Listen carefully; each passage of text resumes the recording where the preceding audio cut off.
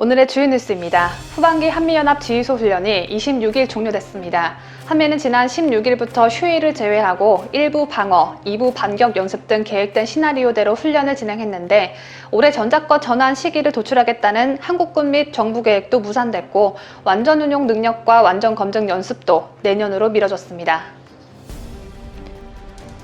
국민의힘이 대통령 후보자 선거관리위원회 임명식을 통해 대선 경선 체제로의 전격 출범을 알렸습니다. 정홍원 위원장을 필두로 전격 출범하는 국민의힘 대선관리위원회는 총 13명입니다. 정홍원 선거관리위원장은 26일 임명식 직후 주요 중점으로 공정성을 강조했습니다. 국민의힘 인사들의 윤석열 캠프로의 쏠림 현상이 가속화되고 있습니다. 이달 말 윤석열 예비후보의 대선 경선을 위한 후보 등록을 앞두고 국민의힘 경기도 원외 당협위원장 33명이 윤석열 예비후보 지지를 선언했습니다. 매일 저녁 생방송되는 것으로 알려진 MBC 뉴스데스크가 방송분의 70%를 녹화물로 채워 방송했다는 충격적인 주장이 제기됐습니다. 이 같은 사실을 폭로한 MBC 노동조합은 창사 이래 최초로 믿기지 않는 일이 일어났다며 경악을 금치 못했습니다. 한국기자협회가 MBC의 채널A 검언 유착 의혹 보도가 작년 5월 이달의 기자상을 받은 것은 적절했다며 취소하지 않기로 결정해 논란이 일고 있습니다. 이달의 기자상이 아니라 이달의 사기꾼으로 상 이름을 바꿔야 할 것 같습니다. 윤희숙 국민의힘 위원회의 제부 장경삼 씨가 자신이 윤 의원 부친의 세종시 농지 매입 관련 내부 정보를 제공했을 수 있다는 언론 보도에 억측 왜곡 보도라고 반박했습니다. 장 씨는 이 같은 의혹을 보도한 CBS 노컷뉴스의 법적 대응을 예고했습니다. 정경심이 재직 중인 동양대학교가 정경심을 면직 처리하기로 했습니다. 면직 처리는 대학에서 교수직을 박탈하는 행정조치입니다. 하지만 파면과 해임 등의 징계와는 다르기 때문에 정경심의 연금 수령이나 재취업 기회 등은 그대로 유지됩니다. 웅동학원 채용비리 혐의 등으로 기소된 조국의 동생 조건 씨가 2심에서 징역 3년을 선고받고 법정 구속됐습니다. 조건은 1심에서 징역 1년을 선고받은 바 있습니다. 더불어민주당 의원들이 발의한 이른바 윤미향 보호법이 철회된 것으로 확인됐습니다. 인재근 의원실 관계자는 위안부 피해자를 보호하기 위한 법인데 피해자가 반발하고 있어 철회하기로 결정했다며 다른 이유는 없다고 말했습니다. 정은경 질병관리청장이 코로나 확진자 발생 억제보다 위중증 환자 관리에 집중하는 방역체계인 위드코로나로의 전환을 위해서는 10월 말까지 고령층의 90%, 성인층의 80% 이상으로 백신 접종률을 끌어올려야 한다고 말했습니다. 이상으로 오늘의 주요 뉴스였습니다.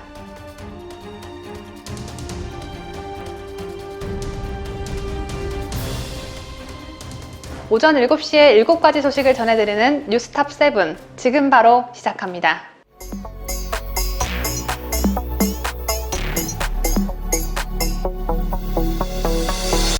조국인의 집안에 조민희 대학원 입학 취소가 된 것 말고도 축하할 일이 한 가지 더 생겼습니다. 1심에서 채용비리 혐의만 유죄 판단을 받아 징역 1년을 선고받았던 조국이 동생 조건이 2심에서 근로기준법 위반 등 일부 혐의가 유죄로 뒤집히면서 징역 3년으로 형이 더 늘어났습니다. 항소심에서 형이 가중된 건 좀처럼 찾아보기 힘든 재판 결과인데 누구보다 조국의 상심이 참 크겠습니다. 부인은 징역 4년, 동생은 징역 3년. 이제 조국 본인만 감옥에 들어가시면 되겠습니다. 부인이랑 동생이 감옥 안에서 자유를 갈망하며 살고 있는데 형이 돼서 남편이 돼서 혼자만 자유를 누리며 살면 되겠습니까?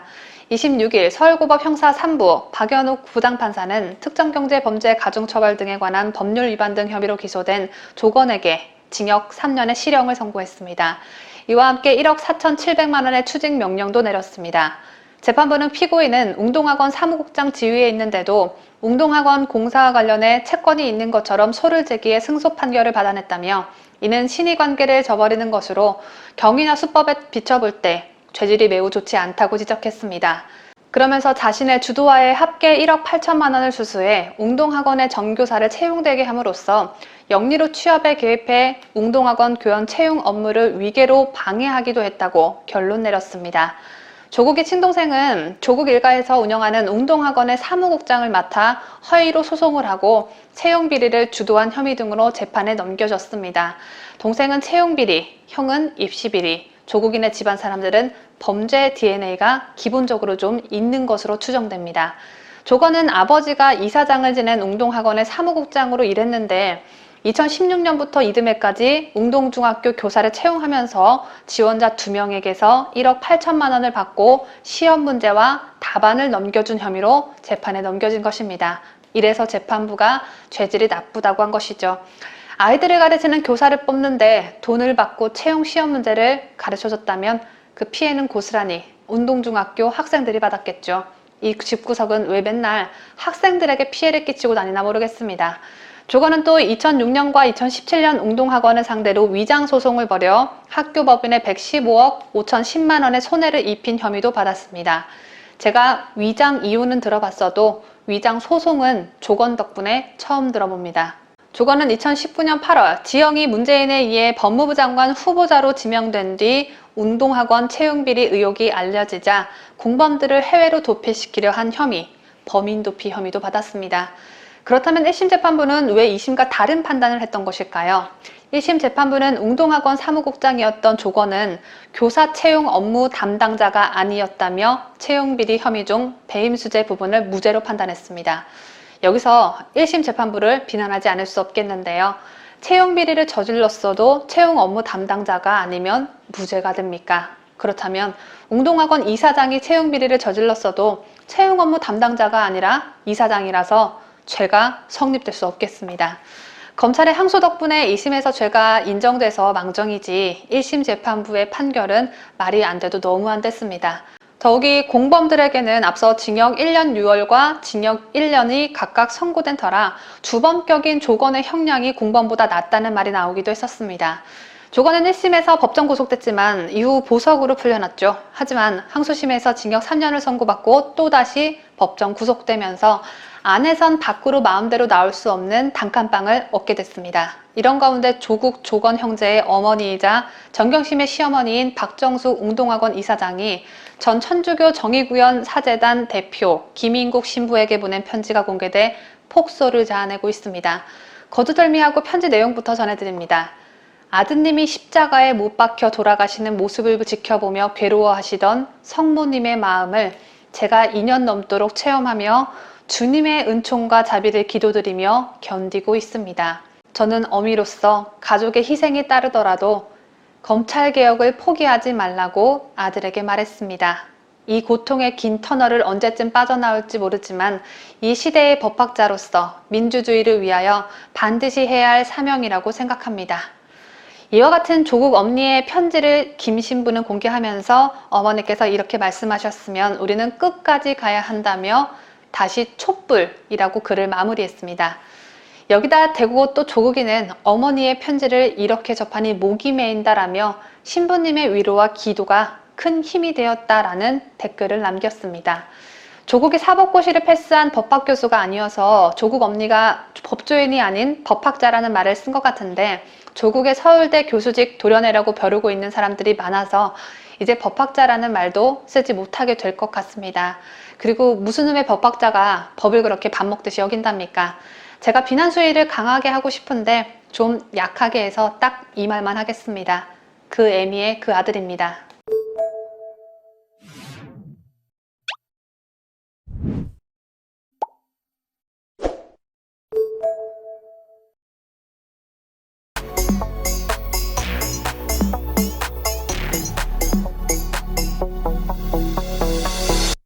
문재인 정부 들어 공영방송인 KBS와 MBC의 정치적 편향성이 도를 넘고 있다는 지적이 빗발치고 있죠. 친정부 일색의 진행자와 균형감 잃은 내용으로 공공성을 저버리고 있다는 지적들이 쏟아지고 있습니다. 더군다나 이를 감시하고 시정 조치를 내려야 할 방송통신위원회마저 친정부 일색이니 마땅히 이를 제어할 방법도 없는 실정인데요. 여기에 대해 입맛에 맞는 뉴스를 만들기 위해 취재 윤리마저 저버리는 행위마저 서슴지 않고 있습니다. 최근엔 MBC 기자가 특정 후보를 비방하기 위해 경찰이라고 사칭하는 일도 벌어지기도 했었죠. 이런 가운데 공영방송 MBC에 대한 충격적인 폭로가 나와 파장이 예상됩니다. 매일 저녁 생방송되는 것으로 알려진 MBC 뉴스데스크가 방송분의 70%를 녹화물로 채워 방송했다는 충격적 주장이 제기됐는데요. 보통 사전에 녹화된 분량을 생방송으로 내보낼 경우 앵커 또는 진행자가 이를 시청자에게 고지합니다.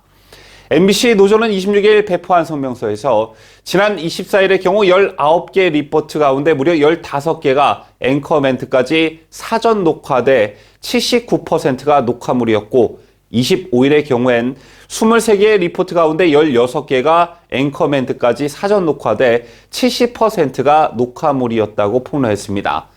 MBC 노조는 왕종명 앵커가 본인의 출연 비중을 지속적으로 늘려오면서 여성 앵커의 비중이 줄어들다 보니 왕 앵커 혼자 뉴스 도중 이리저리로 옮겨다니며 대담도 하고 스크린 앞에도 서야 하므로 사전 녹화물이 늘어날 수밖에 없는 구조라고 지적했는데요. 이처럼 녹화물을 생방송 뉴스인 것처럼 포장해 방송하는 것은 오랜 세월 시청자와 쌓은 생방송 뉴스의 원칙을 무너뜨린 일이라고 지적한 MBC 노조는 시청자의 기대를 저버리고 녹화 뉴스를 진행하며 시청자를 기만한 박성재 사장이 당장 사과하고 사퇴해야 마땅하다고 규탄했습니다. 그러면서 그동안 얼마나 오랫동안 뉴스데스크가 사전 녹화로 방송되어 왔는지 과거 1년치 이상을 모니터하고 조사하면 다 드러날 것이라고 덧붙였는데요. 여기서 MBC의 어처구니 없는 해명 또한 논란이 되고 있습니다. MBC 노조에 따르면 이 같은 사실에 대해 왕종명 앵커는 개인적 사유 때문에 생방송 뉴스를 하기 어렵다고 내부 관계자들에게 말한 것으로 알려졌는데요. 이 말이 사실이라면 왕 앵커가 진행하는 부분의 뉴스는 모두 사전 녹화됐을 가능성이 매우 높고 생방송을 하지 못할 정도의 왕종명 앵커 본인에게 개인적 사유가 있었다면 앵커를 교체해야 마땅한 일입니다. 이와 관련해 방송 관계자들의 신랄한 비판도 이어졌습니다. 모 방송국 앵커로 활동하는 한 인사는 지역 방송국도 그렇게는 안 한다며 정규 지상파 방송 뉴스에서 70%가량 녹화물을 내보내고 앵커 멘트까지 라이브가 아니었다는 점은 충격적이라고 말했습니다. 또 과거 MBC에서 방송기자로 활동했던 김세희 가로세로 연구소 대표는 뉴스라는 것이 말 그대로 실시간으로 소식을 전하는 것인데 이것을 미리 만들어 내보냈다는 것은 MBC 스스로 뉴스를 포기한 것이나 다름없다고 비판했습니다.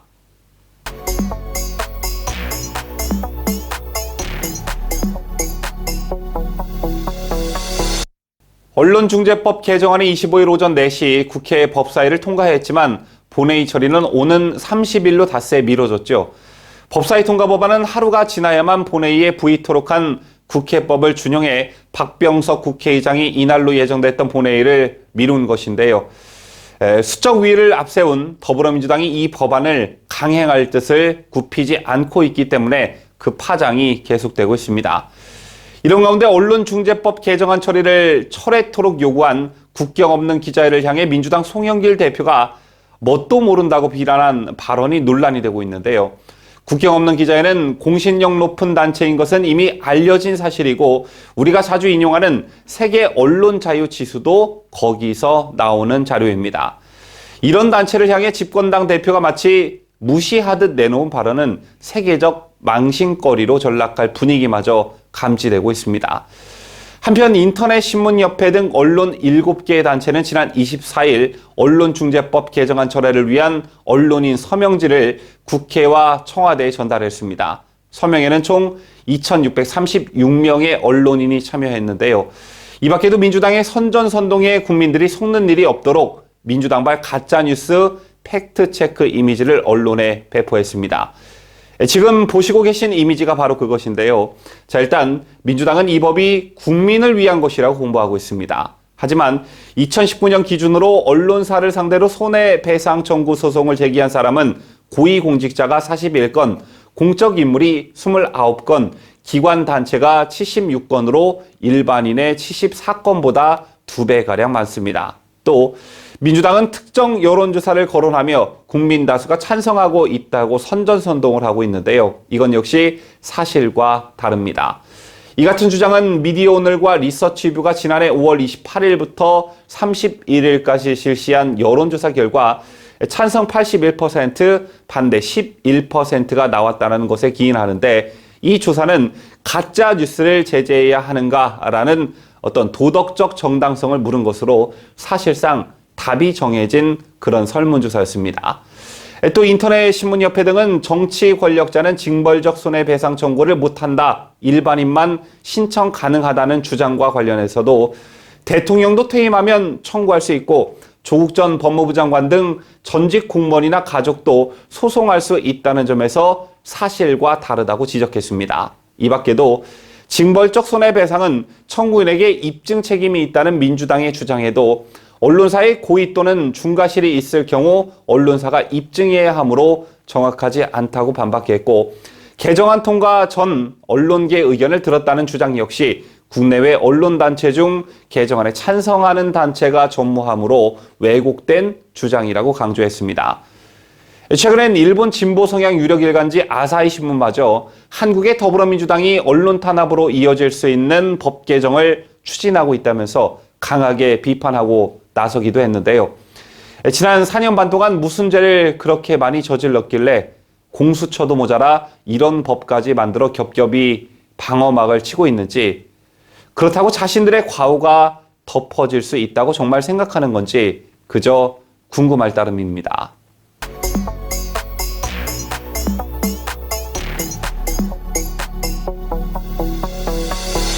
국민의힘 윤희숙 의원이 국회의원 사퇴의 의사를 밝힌 다음날 아침, 언론에서는 긍정적인 평가가 잇따랐습니다. 부친의 부동산 의혹과는 별개로 그동안 이와 같은 문제로 이 정도의 책임 있는 모습을 보여주는 정치인은 보기 힘들었기 때문에 문재인 정권과 더불어민주당의 파렴치와는 대조된다는 평가가 잇따랐는데요. 이런데도 더불어민주당을 비롯한 문정권 인사들은 윤 의원 사퇴를 모함하는 행태를 보이고 있습니다. 대표적으로 윤희숙 의원의 사퇴가 쇼라는 비판인데요. 하지만 여러분 아시다시피 민주당 인사들은 그 쇼도 못하고 있고 가슴팍에 그 잘난 국회의원 배지를 놓지 않으려고 발버둥 치고 있습니다. 문재인도 본인의 사저와 관련한 농지법 위반 의혹이 제기되자 좀스럽고 민망하다며 의혹 자체를 뭉개기에 바빴죠. 이런 가운데 좌파 성향 언론에 윤희숙 의원에 대한 검증되지 않은 의혹 보도가 논란이 되고 있습니다. 한 번 물으면 사람을 만신창이를 만들어 놓는 좌파 성향 언론들의 특성상 윤희숙 의원이 좀 대처를 잘 해야 될 듯한데요. 관련 소식 강추천 기자가 보도합니다. CBS 로컬 뉴스는 윤희숙 의원의 제부 장경상 씨가 박근혜 정부 실세 최경환 전 경제부총리의 핵심 측근이라고 보도했습니다. 그러면서 장 씨가 장인어른에게 세종시 농지 관련 내부 정보를 제공했고 장인어른이 투기 목적으로 농지를 매입한 것 아니냐는 취지의 의혹 보도를 했습니다. 하지만 장 씨는 이 같은 언론 보도의 억측 왜곡 보도라고 적극 반박했습니다. 장 씨는 자신의 페이스북에 저의 청와대 1.5개월과 기재부 근무 경력을 가지고 마치 사전 정보를 통해 장인어른의 농지 매입에 관여한 것으로 의혹을 제기한 해당 언론 보도는 터무니없는 억측이라고 반박했습니다. 장 씨는 이어 저의 명예를 심각하게 훼손하는 악의적인 왜곡 보도라며 제 명예를 지키기 위하여 적절한 법적 대응을 취할 수밖에 없게 됐다고도 밝혔는데요. 또한 장 씨는 장인의 세종시 전이면 농지 매입은 이번에 처음 알게 됐다고 강조했습니다. 세종시 산업단지 조성 사업도 기사를 통해 알게 됐고 세종시 홈페이지에 들어가 확인해 관련 내용을 오늘 처음 접했다고 밝힌 장 씨는 게다가 세종시 홈페이지 산업단지 현황을 보면 해당 사업들이 저희 공무원 시절과 무관한 시기에 이루어졌다고 부연했습니다. 이처럼 윤희숙 의원에 대한 검증되지 않은 보도들이 난무한 가운데 여권도 이에 합세하는 분위기입니다. 대표적으로 동네 이장 출신인 더불어민주당 대선 후보 김두관 의원은 윤희숙 의원이 몸담았던 KDI도 전수조사해야 한다고 주장했는데요. 윤 의원 부친의 내부정보 활용을 통한 투기 의혹 프레임을 가져가기 위한 의도로 보여집니다. 이와 관련해 국민의힘에선 터무니없는 주장이란 반박이 나왔습니다. 박수영 국민의힘 의원은 26일 페이스북에 5개의 산단 중 4개는 일반 산단이고 한 개는 국가 산단이라며 일반 산단에는 국가나 지자체 예산이 안 들어가기 때문에 KDI 예타 같은 것은 아예 존재하지 않는다고 설명했습니다. 그러면서 박 의원은 남은 한 개인 세종 스마트 국가 산단은 문재인 정권 후인 2017년 7월에 국정과제로 채택됐고 2019년 12월 예타 검토에 들어가 2020년 9월 예타를 통과됐다며 윤 의원 부친이 땅을 매입한 것은 2016년 3월인데 무슨 미래를 보는 예지력을 가진 것도 아니고 2020년 예타 결과를 미리 알고 땅을 샀다는 것이냐고 따져 물었습니다. 윤 의원 부친이 KDI 공공투자관리센터 내부 정보를 통해 농지를 매입했다는 의혹과 관련해서도 박 의원은 예타 진행 당시 윤 의원은 KDI 공공투자관리센터가 아니라 KDI 스쿨에서 교수로 재직했다고 강조했습니다. 자유대한민국을 수호하는 유대배 강추천입니다.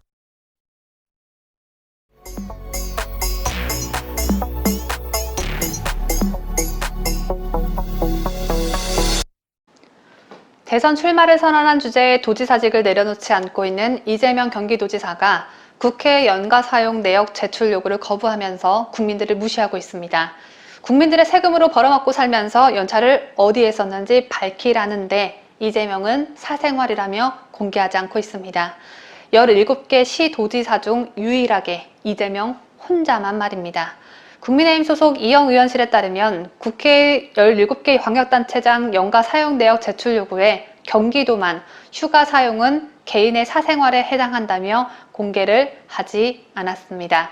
윤석열 대선 캠프 김기용 부대변인도 26일 논평에서 국회가 17개 광역단체장의 연가 사용 내역을 제출하라고 했지만 경기도만 사생활이라며 공개를 거부했다고 한다고 전했습니다. 김 부대변인은 광역단체장이 도정 업무 외 대선 행보를 위해서는 연차를 사용해야 한다며 이재명 경기지사의 올해 연가 한도는 21일인데 도청 캠프 논란 속에서도 이 지사는 연차 휴가 사용 내역을 공개하지 않고 있다고 비판했습니다. 그러면서 17개 시도지사 가운데 유일하다. 이딴 보도에도 일주일 전 관련 논평에도 묵묵부답이라며 100번 양보해서 왜 연차 사용 일수는 밝히지 못하는가? 국민은 이 지사의 사생활에 관심 없어 연차 사용 일수만 밝히면 된다고 꼬집었습니다. 이 지사의 연차 시간은 다르게 흘러가나 아니면 화수분 연차인가라고 물은 김 부대변인은 국민을 바보로 아는가 아니면 이 지사는 덧셈을 모르는 바보인가라고 질타했습니다. 이재명이 설마 덧셈 뺄셈을 모르는 건 아닐 테고 어디 가서 또 황교익이랑 떡볶이 먹방이나 찍고 다닌 건 아닌지 모르겠습니다.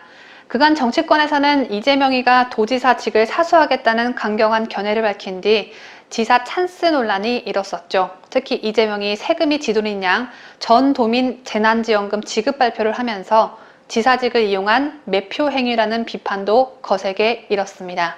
여기에 더해 연차 사용 내역을 죽어도 밝히지 않으려고 하니 지사 찬스 논란은 가속화되고 있습니다. 그렇다면 이재명 본인의 입장은 어떠할까요? 이재명은 연차 비공개와 관련해 기본적으로 국회는 지방자치단체의 사무의 감사 권한이 없다고 반박했습니다. 국회가 지방자치단체에 대한 감사 권한이 없다고 해도 이재명은 현재 여권 대선 출마자 중 1위를 달리고 있는 유력 후보이죠.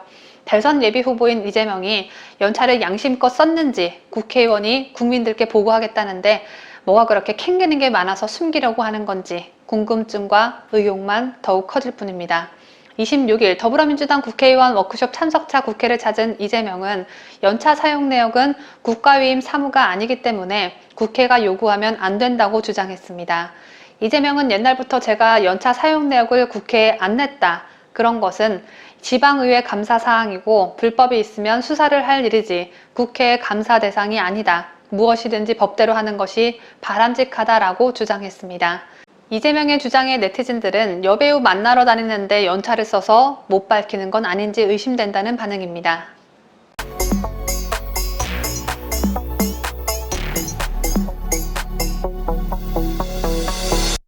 토론회 추진과 선관위원장 선임 등을 놓고 지도부와 대선 주자들 간에 극심한 내용을 겪었던 국민의힘이 우여곡절 끝에 선관위를 출범시켰습니다.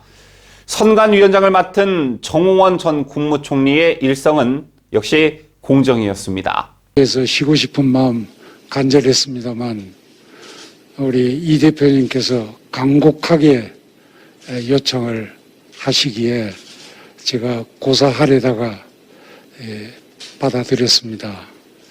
받아들이고 보니까 너무나 어깨가 무겁고 시대적인 사명을 진 그런 느낌을 받지 않을 수가 없었습니다. 지금 이 나라가 벼랑을 향해서 달리는 마차처럼 느껴지고 법치고 공정이고 어느 한 부분도 제대로 된 데가 없고 성한 데가 없는 그런 나라가 되어서 경우 없는 나라가 되었다고 저는 그렇게 표현을 합니다. 이러한 나라를 바로 세우고 정상국가를 만드는 데는 오로지 정권 교체밖에 길이 없다고 생각합니다. 제가 이번에 이 선거관리위원장을 맡았다는 소식이 전해지고 난 뒤에 저에게 들려오는 반응은 그야말로 함성이었습니다. 때로는 어떤 분은 분노를 터뜨리면서 저에게 나라를 살려내라고 하는 그런 얘기까지 하는 것을 들었습니다. 이런 절박한 상황에서 우리는 안주할 수가 없습니다. 이제 선거를 통해서 정권 교체를 이루는 것만이 국민의 그 여망에 부응하는 길이라고 생각을 합니다. 그러기 위해서는 무엇보다도 우리가 선거를 아주 공정하고 정대하게 치러서 훌륭한 후보를 내는 것이 1차적인 목표이고 우리 사명이라고 생각을 합니다. 여러분 아시다시피 정우원 전 총리는 19대 총선에서 선관위원장을 맡아 어려운 환경 속에서도 국회 과반수 의석이라는 쾌거를 이룬 바 있고 무엇보다 국가 간이 투철하신 분이기 때문에 정권 교체라는 시대적 사명을 반드시 이뤄낼 것으로 보여지는데요. 하지만 난관이 예상되는 부분도 있습니다. 먼저 경선 여론조사 규정을 놓고 후보자들 간 신경전이 계속되고 있는데요. 역선택, 즉 여권 지지자들을 조사 대상에서 제외할지 여부가 쟁점인데 본선에서 민주당 후보를 찍을 가능성이 높은 유권자들까지 조사 대상에 포함시킬지를 결정해야 합니다. 우선 최재형 후보 측은 민주당 고민정 의원이 홍준표 후보를 높게 평가한 것을 두고 민주당 지지층에 역선택 신호를 보낸 것이라며 여권 지지자들을 빼자고 주장했고요. 윤석열 후보 측도 역선택 부작용이 우려된다는 논평을 이미 내놓은 바 있습니다. 반면 상대적으로 당박 지지세가 강한 홍준표, 유승민 후보는 모든 유권자를 대상으로 하자는 그런 입장을 보이고 있는데요.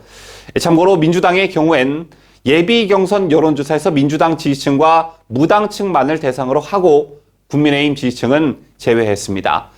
때문에 앞으로 이 역선택 방지 조항을 넣느냐 마느냐가 정우원 선관위의 첫 번째 과제가 될 듯합니다. 그리고 다른 갈등이 예상되는 지점도 있습니다. 국민의힘 당원 제74조를 보면 대통령 후보자는 선출된 날부터 당무 전반에 관한 모든 권한을 우선하여 가진다라고 명시되어 있습니다. 대선이 치러지는 내년 3월 9일까지 선거 업무의 효율적인 추진을 위해 사실상 대선 후보가 당대표 지위를 겸하게 되는 셈인데요. 이렇게 보면 이준석 대표의 사실상의 임기가 얼마 남지 않았다는 뜻도 됩니다.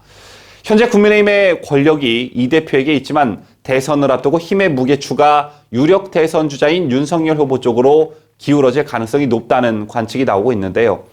현역 의원이나 지역 당협위원장들이 윤석열 캠프에 속속이 합류하는 것도 바로 이 때문이라는 분석입니다. 이로 인해 정치권 안팎에선 당대표로서 경선 주도권을 유지하려는 이준석 대표와 유력 대선 주자로서 입지를 다지려는 윤 전 총장 측의 힘겨루기는 다음 달 본격적으로 경선이 시작되면 다시 재점화될 것이란 관측이 나오고 있는데 여기서 정우원 선거관리위원장의 중재 역할이 얼마나 먹혀 들어갈지 이 사안도 원활한 경선을 위해 매우 중요한 사안이라고 볼 수 있습니다. 한편 국민의힘은 이달 30일과 31일 이틀간 경선 후보 등록을 받을 예정인데요. 현재 12명인 예비 후보는 다음 달 8명, 10월 초에는 4명으로 좁혀지게 됩니다.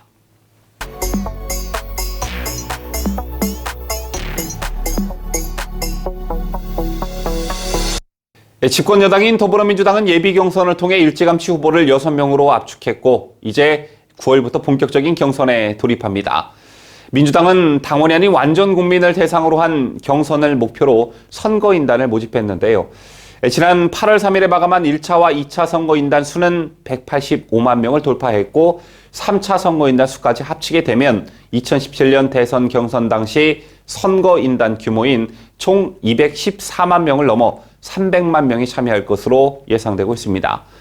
이처럼 메머드급 선거인단이 구축이 되면서 민주당 경선이 당초 예상했던 것보다는 흥행할 수도 있다는 전망도 나오고 있는데요. 한편 국민의힘 경선도 출발할 채비를 갖췄습니다. 엊그제는 처음으로 대선주자 정책 비전 발표회가 열렸고 앞서 전해드린 바와 같이 정원호 선거관리위원회가 출범을 했습니다. 지난 4.7 서울 부산시장 재보궐선거의 압승으로 문재인 정권의 심판론이 드높다는 게 증명이 됐고 그 여세가 대선까지 미칠 수 있다는 기대감에 정권 교체의 희망이 그 어느 때보다 높은 게 사실이지만 올해 4월 달에 열린 재보궐선거와 내년 3월 달에 열리는 대선 간의 어떤 시차가 제법 있기 때문에 그 여세가 이어질지는 미지수입니다. 더군다나 지난 4.7 보궐선거 직후 실시된 여론조사에서 집권 여당인 더불어민주당이 잘못해서가 61%로 나온 반면에 국민의힘이 잘해서라는 응답은 겨우 7%에 머물렀는데요. 다만 한 가지 다행인 건 정권 재창출론보다 정권 교체론이 높게 나타나고 있다는 점입니다. 이런 국민적 염원을 국민의힘이 잘 받들고 선거 전략을 잘 짜야 될 텐데 지금까지 보여준 국민의힘의 모습은 실망스럽기 짝이 없었죠. 여당이 경선을 치르는 과정에서 대선 주자들의 치고받기 판이 치열하게 전개되며 볼썽사나운 모습으로 국민들의 비판을 받고 있는 와중에도 국민의힘에서도 당대표와 대선 주자들의 갈등과 헐뜯기로 당력을 엉뚱한데 소진시키면서 세간의 봉숭아 학당이라는 비아냥 소리가 난무했습니다. 국민의힘은 지난 총선에서 더불어민주당에게 대참패를 당하며 개헌 저지선마저 위태로운 수준으로 몰락했습니다. 여기엔 다 이유가 있었죠. 총선 전까지 근거 없는 낙관론에 빠져 긴장의 끈을 풀거나 공천 갈등 등의 분열 양상까지 보이며 시쳇말로 한 방에 훅 간 것이나 다름없었습니다. 이런 안 좋은 기억, 정말 잊고 싶은 기억 때문인지 지난 몇 주간 국민의힘이 보여준 당내 갈등은 이러다 이재명 정권하의 5년 또는 이낙연 정권하의 5년을 더 살아야 하는 것이 아닌가라는 어떤 절망감마저 느끼게 했는데요. 여기에 더해 현재 상황은 그닥 야권에게 유리하다고 볼 수는 없습니다. 야권은 최재형, 윤석열 등 외부 인사들이 국민의힘에 들어오긴 했지만 안철수라는 변수가 여전히 존재하고 있는 반면 여권은 과거 열린우리당 분당 사태에 준하는 분열 양상을 아직까지는 보이지 않고 있습니다. 또 여론조사가 마사지가 됐던 조작이던 간에 문재인의 지지율은 유례를 찾을 수 없을 정도로 임기 말 40%대를 유지하고 있고요. 모든 실정을 코로나 탓으로 돌리며 큰 선심이라도 쓰는 것 마냥 재난지원금 같은 선심성 포퓰리즘으로 유권자들을 현혹시킬 수도 있습니다. 또 과거 이명박 후보가 일찌감치 대세론을 형성하며 정동영 후보를 발라버린 것과는 다르게 여당 후보를 압도하는 야당 후보도 현재 없는 실정이죠. 이 밖에도 윤희숙 의원 사태에서도 나타났듯 권익위 같은 정권의 하수인 집단을 동원해 야당 후보에게 치명타를 입히는 것도 현 여권이 가지고 있는 어떤 일종의 무기라고 할 수 있습니다. 이런 상황에서 야당의 자중질환으로 정권 심판론마저 흔들리게 되면 정말 어려운 선거가 될 수도 있는데요. 여기에 한 가지 더 제가 누누이 말씀드리지만 야당의 경선이 시작되지도 않은 시점에서 윤석열 후보의 대세론이 일찌감치 굳어지는 것 또한 매우 커다란 리스크라 할 수 있습니다. 물론 경선 흥행이란 측면도 있지만 한 명의 후보가 독주하게 됐을 경우 거품이 빠진다던가 후보와 관련한 치명적 결점이 발생했을 경우 갑작스레 대안을 찾기 힘들기 때문인데요. 그래서 제가 항상 최소한 2강 또는 3강 정도가 구축돼야 한다는 말씀을 여러분께 강조하고 있는 것입니다. 이런 가운데 매우 흥미로운 여론조사가 어제 있었습니다. 국민의힘에서 윤석열, 최재형, 홍준표 그 어떤 후보가 되더라도 현재 여권 1위를 달리고 있는 이재명과 해볼만 하다라는 여론조사 결과가 나온 것인데요. 뉴스통신사 뉴스핌이 여론조사 기관 코리아 리서치에 의뢰해 어제 발표한 여론조사에 따르면 양자 가상 대결 결과 이재명 지사는 윤 전 총장에게 45.4%, 43.3%로 오차 범위 내에서 앞섰습니다. 이 지사는 최 전 원장과의 가상 대결에서 44.5% 대 38.5%, 홍준표 국민의힘 의원과 47.9% 대 36.1%, 유승민 전 의원과 46.1% 대 32%, 원희룡 전 제주지사와 47.9% 대 32.1%로 모두 앞섰는데요. 이 같은 가상 대결을 종합한 결과 이재명 후보와의 격차가 가장 작은 야권 후보는 윤 전 총장 2.1%포인트였고 이어 최 전 원장 6%포인트, 홍 의원 11.7%포인트, 유 전 의원 14.1%포인트, 원 전 지사 15.8%포인트 순으로 격차를 보였습니다. 특히 흥미로운 점은 5명의 후보들 중 최 전 감사원장과 윤 전 총장이 연령별, 지역별 우세층의 분포가 가장 흡사한 것으로 나타났다는 점인데요. 이렇게 본다면 앞서 말씀드렸던 만약 야권 1위를 달리고 있는 윤석열 후보가 흔들렸을 때 최재형, 홍준표 후보 등으로 충분히 대체할 수가 있겠고 더 나아가 본격적인 야권 경선이 진행된다면 2강 또는 3강 구도가 실현될 가능성이 높아졌다는 얘기가 됩니다. 왜냐? 국민의힘 어느 후보를 갖다 대도 이재명과 좀 해볼만 하다라는 게 여론조사 지표상으로 나타났기 때문이죠.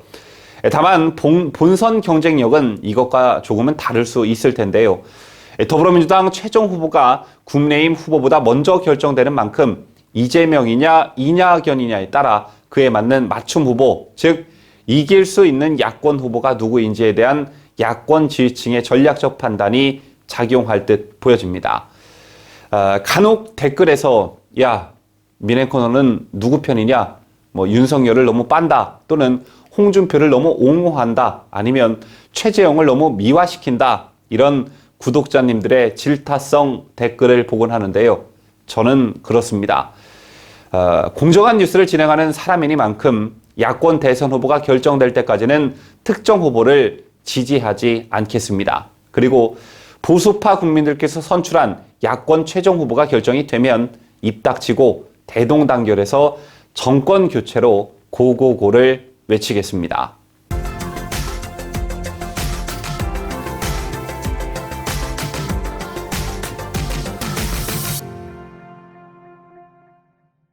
이상으로 저희가 준비한 뉴스를 모두 마치도록 하겠습니다. 이번 한 주도 저희 뉴스데일리 베스트와 함께 해주신 모든 구독자 여러분께 진심으로 감사드리고요. 모두 편안한 주말 맞이하시기를 바라겠습니다. 저는 더욱 건강한 모습으로 다음 주 월요일 다시 찾아뵙겠습니다. 지금까지 저는 자유대한민국을 수호하는 뉴스데일리 베스트 민앵커였습니다.